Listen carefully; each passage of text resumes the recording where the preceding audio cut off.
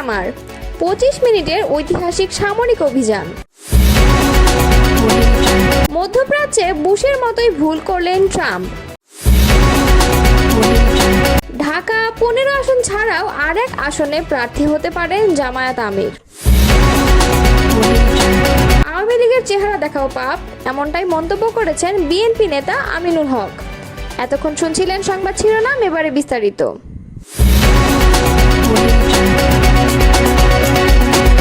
জল্পনা কল্পনার পর হুট করেই ইরানের চলমান ইসরায়েলি আগ্রাসনে যোগ দিয়েছে যুক্তরাষ্ট্র।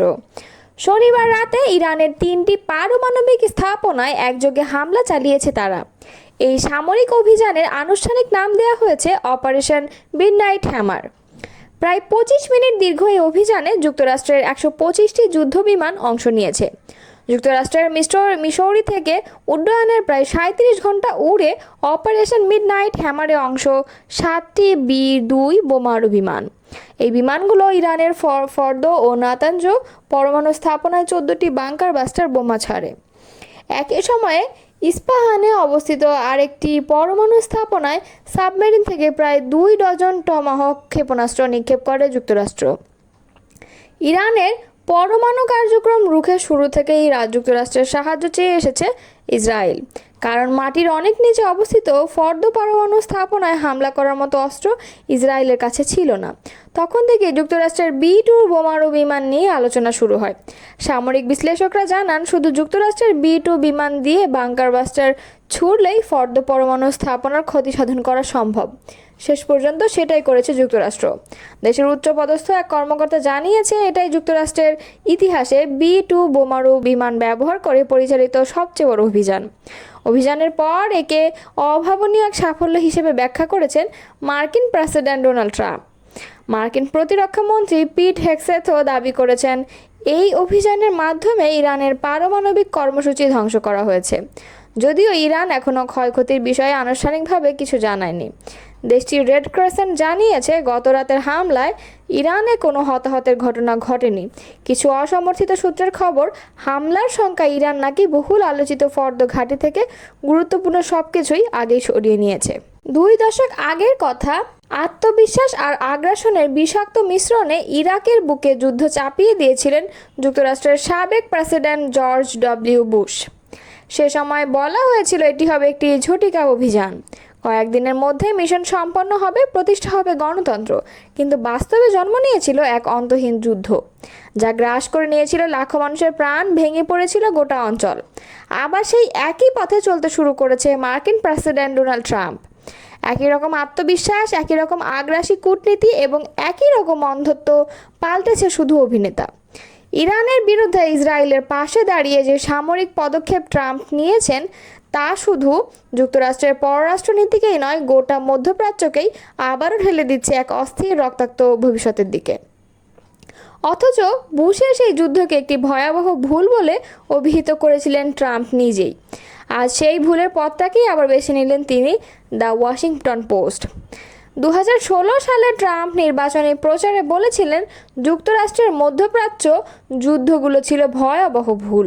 2020 এবং 24 সালের নির্বাচনী সমাবেশেও তিনি বলেছেন, যুক্তরাষ্ট্র তৃতীয় বিশ্বযুদ্ধ ঠেকাবে এবং বিদেশ নয়, নিজেদের ঘর সংস্কারে মন দেবে। অযথা তিনি এখন যুক্তরাষ্ট্রকে টেনে নিয়ে যাচ্ছেন ইরান ইসরায়েল সংঘাতের মাঝে। বিশ্লেষকদের মতে এর ফলে ট্রাম্প প্রশাসনের কূটনৈতিক অগ্রগতি যেমন ব্যর্থ হতে পারে, তেমনি মধ্যপ্রাচ্যে আরেকটি দীর্ঘমেয়াদী সংঘাত শুরু হওয়ার আশঙ্কা তৈরি হয়েছে, যেটার খেসারত দিতে হবে মার্কিনীদেরও। এই পরিস্থিতিতে একযোগে উদ্বেগ প্রকাশ করেছেন 2 ভিন্ন রাজনৈতিক আদর্শের 2 বিশিষ্ট বিশ্লেষক, প্রগতিশীল ম্যাথিউ ডাস এবং রক্ষণশীল সম্পাদক সৌরভ আহমারি। তারা স্পষ্ট করে বলেছেন, যুদ্ধ নয়, এই মুহূর্তে কূটনীতি ও শান্তি আলোচনার পথই গ্রহণ করা উচিত। আগামী সংসদ নির্বাচনকে সামনে রেখে রাজনৈতিক দলগুলোর মধ্যে নানা হিসাব নিকাশ চলছে। এরই অংশ হিসেবে প্রধান উপদেষ্টার ঘোষিত সময় ধরেই সব আসনে জাতীয় নির্বাচনের প্রস্তুতি শুরু করেছে বাংলাদেশ জামায়াতে ইসলাম। আগামী নির্বাচনে অংশ নিতে অন্তত 296 আসনে প্রাথমিকভাবে সম্ভাব্য প্রার্থীর তালিকা চূড়ান্ত করেছে দলটি। ধাপে ধাপে আসন ভিত্তিক সম্ভাব্য এসব প্রার্থীর নাম অনানুষ্ঠানিকভাবে ঘোষণা করেছে জামায়াত।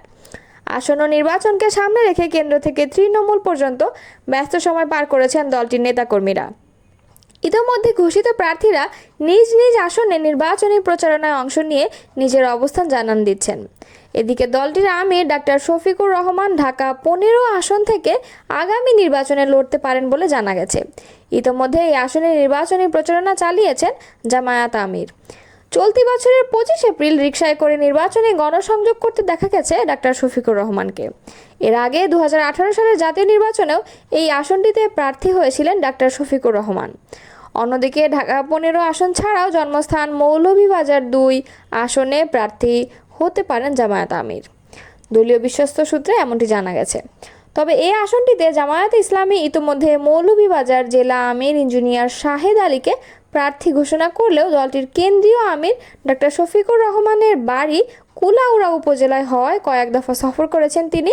হিন্দু সম্প্রদায় ও চা শ্রমিকদের সঙ্গে মতবিনিময় করেছেন জামায়াত আমির। এছাড়াও তৃণমূল পর্যায়ের বিভিন্ন সমাবেশে ও পথসভায় প্রধান অতিথি হিসেবে অংশ নিয়েছেন। মৌলভীবাজার জেলা জামায়াতের সেক্রেটারি জেনারেল অধ্যক্ষ ইয়ামির আলী যুগান্তরকে জানান, কে কোথায় প্রার্থী হবেন এ সিদ্ধান্ত নেবে দলের নির্বাচনী মনিটরিং বোর্ড। তবে মৌলভীবাজার 2 কুলাউড়া আসনটি কেন্দ্রীয় জামায়াত আমিরের জন্মস্থান হওয়ায় এলাকার মানুষের দাবি এই আসন থেকে যেন জামায়াত আমির নির্বাচনে অংশ নেন। বিগত 17 বছর আওয়ামী স্বৈরাচার যে জুলুম ও নির্যাতন চালিয়েছে তা ভুলে গেলে চলবে না বলে মন্তব্য করেছেন বিএনপির কেন্দ্রীয় ক্রীড়া বিষয়ক সম্পাদক আমিনুল হক। তিনি বলেন, এই ইতিহাস যারা মনে রাখে তাদের পক্ষে আওয়ামী লীগের সঙ্গে মেশা তো দূরের কথা, তাদের চেহারাও দেখা পাপ। রোববার দক্ষিণখান ও বিমানবন্দর এলাকায় দুটি পৃথক পৃথক অনুষ্ঠানে ঢাকা মহানগর উত্তর বিএনপির সদস্য ফরম বিতরণ এবং নবায়ন কর্মসূচির উদ্বোধনকালে তিনি এসব কথা বলেন।